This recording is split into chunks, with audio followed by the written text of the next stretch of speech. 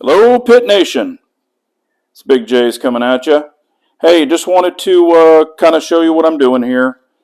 Prepping some steaks. These are all fillets. These are some big boys. Got 5 of them on there. Let you see them. And I do have it in a special pan for a reason. We'll kind of go over that later on down the road when we cook these bad boys. But, kind of putting them on here, letting them drain off and everything. So there's a reason that I do it this way. And then what we're going to do is just put some kosher salt on it. And we'll put them in the fridge for a while. And, maybe even overnight, just kind of let them, let that salt soak in. I am using some kosher salt. So we will sprinkle it on here.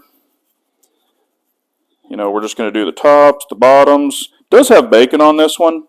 These are from my local butcher. Been using him forever.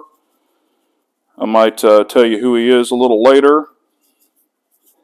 First time tuning in, please like, share, and subscribe, all that good stuff. Trying to grow this channel. If you're if you're coming here for barbecue and you're into guns, you can check out my other channel. It's Big Johnson Guns and Gear, if you're interested. So I kind of put these on. I don't rub it. I kind of pat it in. And then I'll flip them all. If you rub it, you'll just rub it right off. So I kind of pat it in. On this tray also, what I did prior to that is I just put some extra virgin olive oil spray on it, And always keep a rag. You always need a rag. All right, we're going to do the tops here.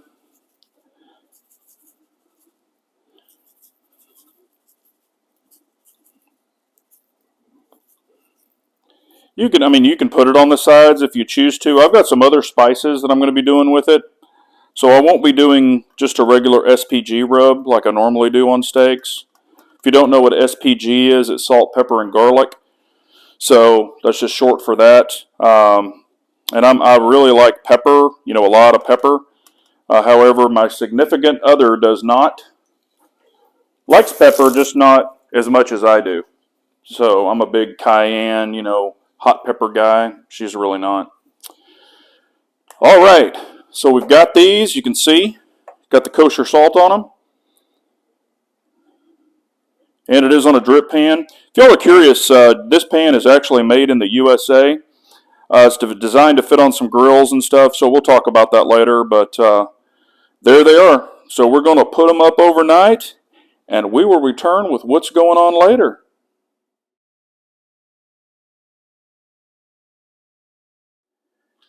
All right, Pit Nation, we are back. Now, what I'm going to show you are the fillets after 24 hours of brine.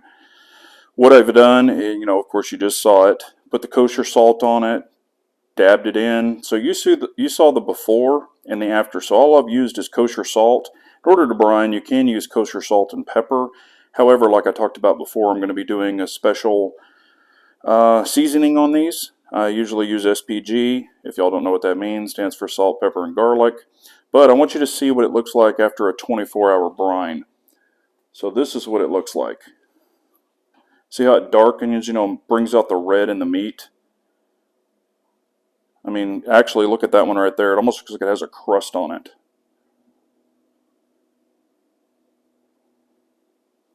Man, woo!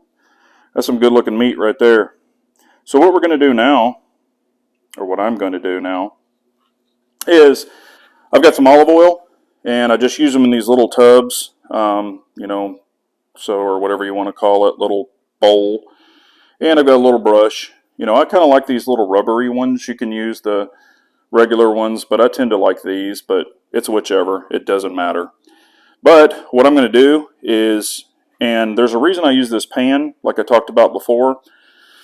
So all of your salts and everything, and of course when you leave it in the ice box, this allows your meat to drain. And I did rinse out the pan, wiped it off because it had a bunch of blood and gunk in it. So, that's normal with steaks. But what I'm going to do is brush them with olive oil. And if you want to keep down the less mess, you can put your little olive oil in the actual pan. But I'm just going to give them, kind of a light brushing.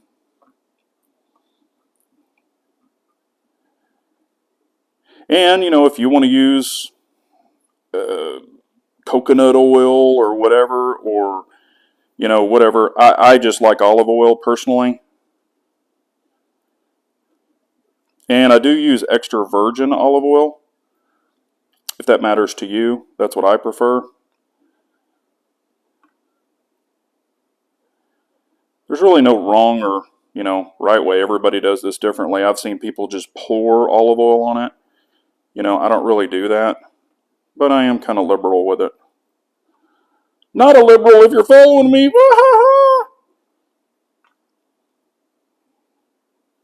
But a nice little coat. And I have coated the bacon. And you can see the salt actually, kind of cures it, so to say, or brines it. And what it does is it actually kind of sucks the meat up. It sucks the moisture, kind of out of the meat. That's kind of what the brining process is. And what this olive oil does is it kind of gives you a good, kind of a good primer, so to say. There's actually a word for it I usually use, and I'm, like I said, I've been up, seasoning pits and everything, so I'm sorry. But this kind of gives it, a good structure for everything that you're going to put your seasoning to stick to.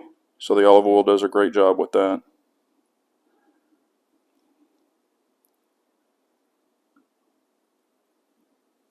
And some of these boogers are pretty thick. Y'all can see that. But we're just going to give it a good coating. They do have sticks in there. The butcher put those in there. So, and here's what we're going to be doing. So the olive oil's done.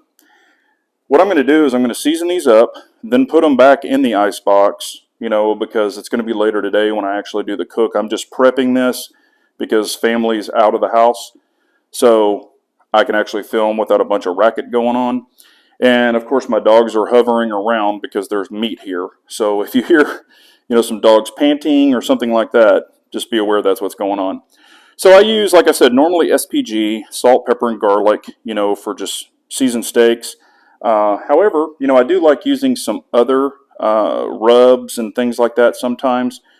What we've got is Big Mo Cason. I don't know if y'all have probably heard of him. This one has like paprika in it. It's got salt. It's got pepper. It's got like some onion powder, a little bit of dill seed, some mustard seed, things like that. So I kind of want to, crust these up and really get them going. So I'm going to be using this. I use all kinds of rubs on different things. Sometimes I'll put this on brisket, whatever I want to do. But that's the neat thing about rubs. You can try different things of what you like. So I've already taken the top off this, of course. So we're going to season these up. And you've got two sides. I wouldn't use the wide open side unless you choose to. But you just kind of want to be liberal about it. Shake it on here. And I do mix up my own rubs. And you'll notice on the table I've got a towel. There's a reason. Because sometimes this stuff kind of goes everywhere. And it just makes it easier to clean up because I can take the towel outside and shake it off, whatever I want to do.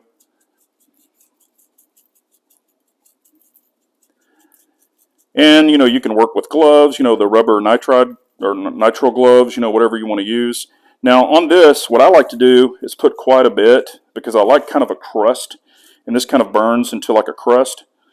And I'm not sponsored by anybody, so just, I bought that. And I'd like to pat it in, just kind of push it in. Don't really wipe because all of it will fall off. You can see there's a lot in the bottom of this pan. But I just kind of like to, smash it all in there. Boy, you can feel the firmness of this meat. And, you can season the sides, whatever you choose to do. I don't really, hammer it on the sides, but, I do put it on the sides. Your sides sometimes will fall off, of course, but we'll flip it over, put some on this side, and this bottle was kind of brand new, so it's not shaking very well. It's always good to leave a little gap at the top.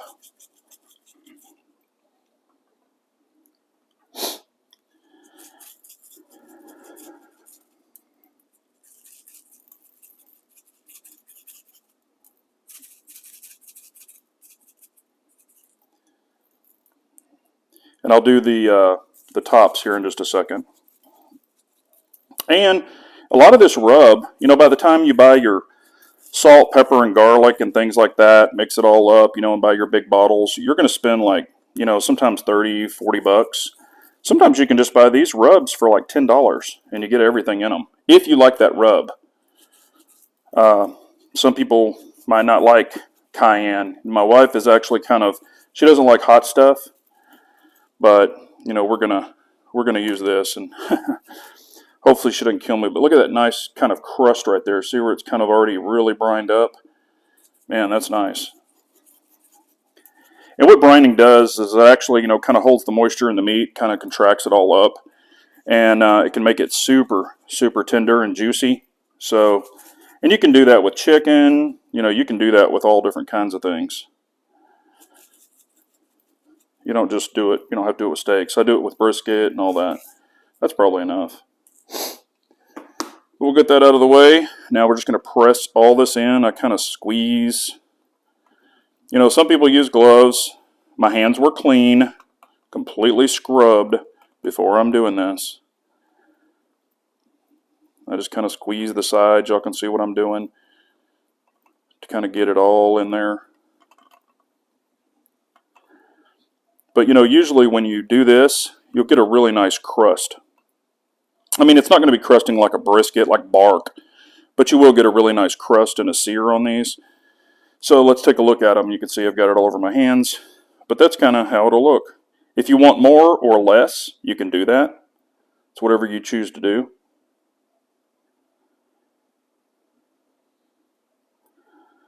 But those are some good looking pieces of meat. But that's kind of how I do it. There's not a wrong or a right. I'm going to rinse my hands off. There's not a wrong or a right. It's whatever you choose to do. Of course, you want to use some soap again. Now, I'm not really going to handle that meat anymore. And there's a reason I use that rack. Sorry, the water's going. There's a reason I use that rack. And also for this particular rack and pan combo, it is all made in the United States. You know, some pans I have are not. Some of these kind of pans like this, but this particular one is. Actually even says USA made and all that stuff etched into it. But that's kind of what I do to them. And then I actually take this whole thing, and you can see it's a good idea to put down the towel because there's stuff all over the towel. And then I will put these back in the fridge. You don't have to. Some people actually will season them about 30 minutes or 45 minutes before they're ready to go on the grill.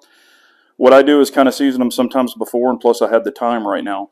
So I'll season them, and then like 30 to 45 minutes before I'm ready to cook, like the fire's going, everything's good, I'll take those out and I'll let them rest, you know, like just sit to get a little, you know, less firm, so to say. I don't bring them, you don't have to bring a steak to room temperature. Some people will say that. But I just kind of get them, you know, warmed up. Like if you checked your internal temperature sitting on a table even after 30 minutes or so, 45 minutes being out of the fridge, they could be at like 40 degrees, 50 degrees sometimes, maybe even 60. But you do not have to bring them to complete room temperature.